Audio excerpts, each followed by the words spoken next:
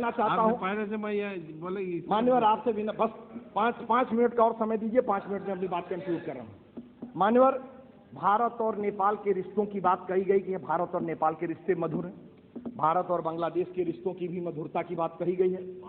और सरकार के द्वारा अभी जब विजय कुमार मल्होत्रा जी बोल रहे थे तो आईएसआई की रट लगा रहे थे।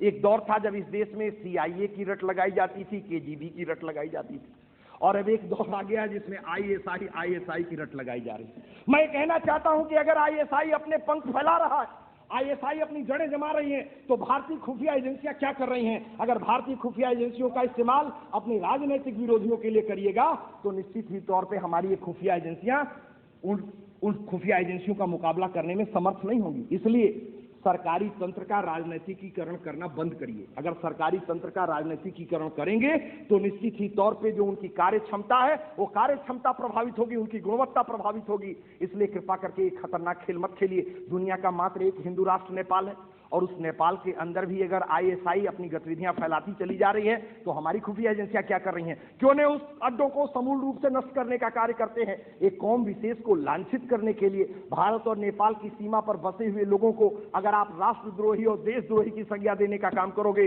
तो मैं बड़े ही विनम्रता के साथ कहना चाहता हूं कि ये देश खंड खंड में विखंडित हो जाएगा। इसलिए इस तरह के खतरनाक खेलों को बंद करने का कार्य करिए। और देश को यदि अगर आपको आर्थिक प्रगति पर ले चलना है तो जो विश्व व्यापार संगठन की चुनौतियां हैं, उन चुनौतियों का मुकाबला करने के लिए आपको एक सर्वदलीय बैठक बुलानी चाहिए। उस सर्वदलीय बैठक के अंतर्गत हमें विचार विमर्श करके एक स्पष्ट रास्ता तय करना चाहिए कैसे हम विश्व व्यापार संगठन की चुनौतियों का मुकाबला करेंगे। मेरी जो अपनी समझदारी है, विश्व व्यापार संगठन में केवल एक बात पर अगर भारत जोर दे कि यदि वस्तुओं के लिए आपने दुनिया के बाजार को खोल दिया है तो व्यक्तियों के लिए भी दुनिया के बाजार को खोल दो। अगर व्यक्तियों के लिए दुनिया के बाजार खोल दिए जाएंगे तो हिंदुस्तान का आदमी पूरी दुनिया के अंदर कीर्तिमान के नए झंडे स्थापित करके इस देश को नए तौर पे सुख और समृद्धि प्रदान करने का काम करेगा। माननीय, इन्हीं शब्दों के साथ मैं एक बार फिर विनम्रतापूर्वक कहना